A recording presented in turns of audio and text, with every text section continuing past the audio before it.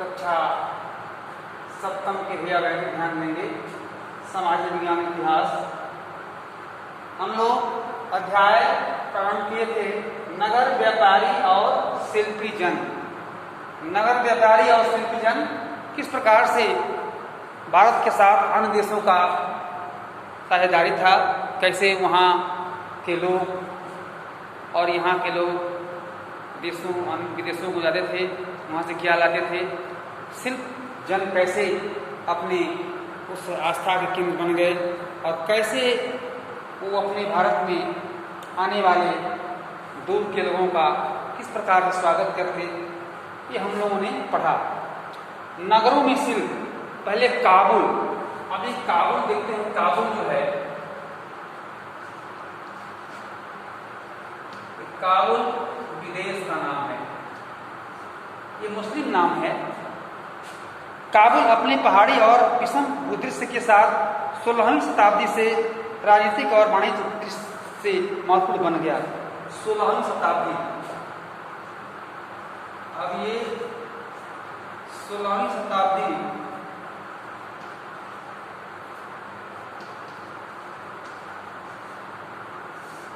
कैसे वाणिज्य का केंद्र बन गया। वाणिज्य मतलब कि धन दौलत का केंद्र, वाणिज्य दृष्टि से महत्वपूर्ण बन गया। काबुल और कांधार सुप्रसिद्ध रेशम मार्ग से जुड़े हुए थे। रेशम मार्ग, साथ ही घोड़ों का व्यापार भी मुख्य रूप से इसी मार्ग से होता था। 17वीं शताब्दी में हीरों के एक सौदागर जो पेप्टिस्टे टर्नियर ने अनुमान लगाया था कि काबुल में घोड़े का व्यापार प्रति वर्ष 30,000 रुपयों का होता था। यानी 30,000 घोड़े, अर्थात ये 30,000 रुपयों का ये घोड़े का व्यापार करते और जो उन दिनों में एक बड़ी भारी रकम समझी जाती थी। काबुल से मेवे, खजूर, गलीचे, रेशमी कपड़े और ताजे फल ऊँटों पर लाद कर लाते थे। अब देखिए ऊँट पर जो है, ऊँट पर केले, ठीक है, केले, मेवा, खजूर और गलीचे,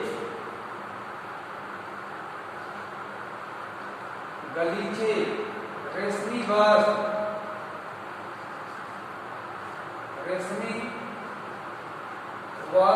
etc. आज आदि लाद करके व्यापारी लोग लाते थे। इसके अलावा नगरों में शिल्प, आप देखिए नगरों में शिल्प,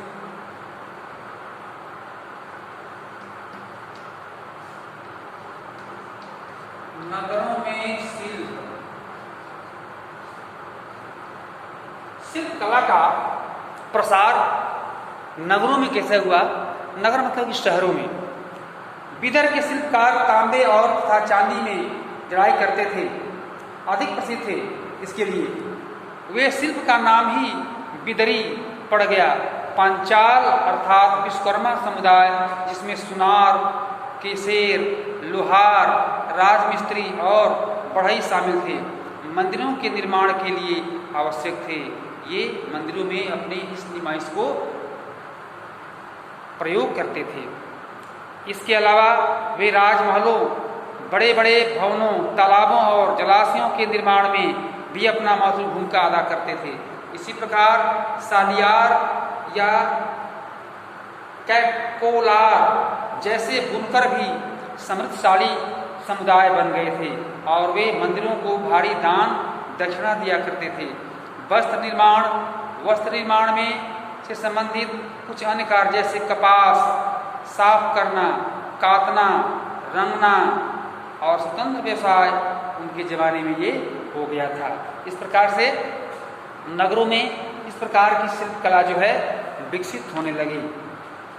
हमारा देश वास्तव में एक कला से परिपूर्ण था, परंतु दूसरे देशों के सहयोग से यह और भी धनी बन गया। शहरों के बदलते हुए भाग्य, अब शहरों के बदलते भाग्य, शहरों के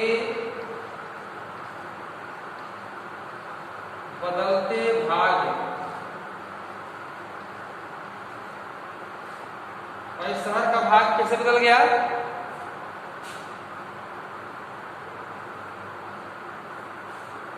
कई शताब्दियों से लंबे समय में अहमदाबाद गुजरात में है, जो नगर के बड़े बड़े व्यापारिक केंद्रों के रूप में विकसित हो गए। लेकिन तंजावुर जैसे कुछ अन्य नगर पहले की अपेक्षा विस्तार तथा महत्व की दृष्टि से सिकुड़ गए। इसी काल में पश्चिमी बंगाल में भागीरथी नदी के तट पर स्थित मुर्शिदाबाद रेशमी वस्त्रों के मुख्य केंद्र के रूप में उभरा। वह 1704 ईस्वी में बंगाल की राजधानी बन गया, लेकिन इसी शताब्दी के दौरान उसका सितारा डूब गया, क्योंकि वहाँ के बुनकर इंग्लैंड की मिलों से बनकर आए सस्ते कपड़े के साथ प्रतियोगिता में टिक न सके। इस प्रकार से हम देखते हैं भैया बहनों कि वास्तव में हमारा कलकत्ता जो है ये सूती वस्त्र उद्योग का ही केंद्र था। अभी आप देखते हैं तो कलकत्ता में अभी हमारे टेक्सटाइल जो कंपनी है वहाँ सूती वस्त्र के ज़्यादा उद्योग हैं। इसके बाद सूरत में, अहमदाबाद में जूट के भी और सूती वस्त्र के कंपनी हैं। हम्पी, मसूलीपट्टनम और सूरत नज़दीक से एक नज़र। अब देखिए हम्पी की वास्तुकला का सौंदर्य। हम्पी नगर कृष्णा और तुंगभद्रा नदियों की घाटी में स्थित है। यह नगर 1336 में स्थापित विजयनगर साम्राज्य का केंद्र स्थल था। हम्पी के शानदार खंडहरों से पता चलता है कि उस शहर की किलेबंदी ऊंच कोट की थी। किले की दीवारों के निर्माण में कहीं भी गारे चूने जैसे किसी भी जोड़ने वाले मसाले का प्रयोग नहीं किया गया था, केवल ऐसे और शिलाखंडों को आपस में फंसाकर गूंथा गया था। जो शिलाखंड थे आपस में फंसा करके दीवार को बनाते थे। उसमें कोई गारा, कोई सीमेंट और किसी प्रकार के चूने पत्थर का प्रयोग नहीं किया गया था। एक किलेबंद नगर। अब एक किलेबंद नगर अर्थात एक पुर्तगाली यात्री डोमिंगो पेज ने 16वीं शताब्दी में हम्पी नगर का वर्णन इस प्रकार किया है। गोवा से आने वाले लोग जिस प्रवेश द्वार से गुजरते हैं उस द्वार के भीतर राजा ने एक अत्यंत सुदृढ़ प्राचीरबद्ध नगर बसा रखा है, जो दीवारों और बुर्जों से रक्षित है। ये दीवारें अन्य नगरों की दीवारों जैसी नहीं है, बल्कि बहुत मजबूत राजगिरी का ऐसा नमूना है जो अन्य भागों में बहुत कम देखने को मिलेगा। उसके भीतर उसी रीत से बनाए गए भवनों की अत्यंत सुंदर कतारें हैं, जिनकी छतें सपाट चपटी हैं। आपके विचार से यही नगर किलेबंद क्यों था? आप देखिए, इसलिए कि उस लायक था।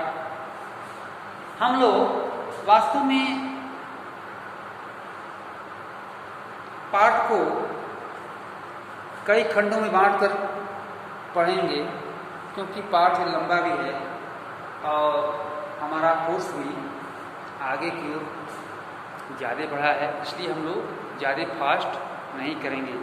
अब हम लोग को करना है क्या कि गृहकार में ये चित्र बनाएंगे।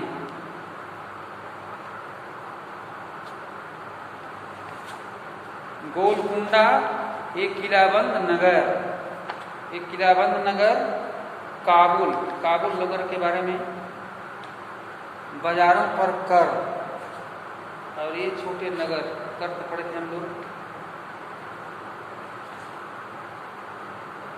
ये तो आपको एक चित्र बनाने के लिए दिया गया था, नक्शा भरे होंगे और नक्शा के बाद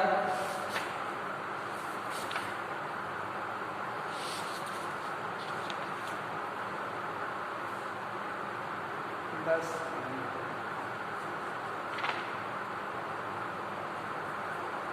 हाँ, ये भरने वाला हम लोग काम करेंगे।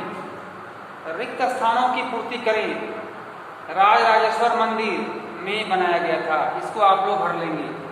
पहला भरने वाले को राज फिर से याद करें। रिक्त स्थानों की पूर्ति करें। रिक्त स्थानों की पूर्ति करें।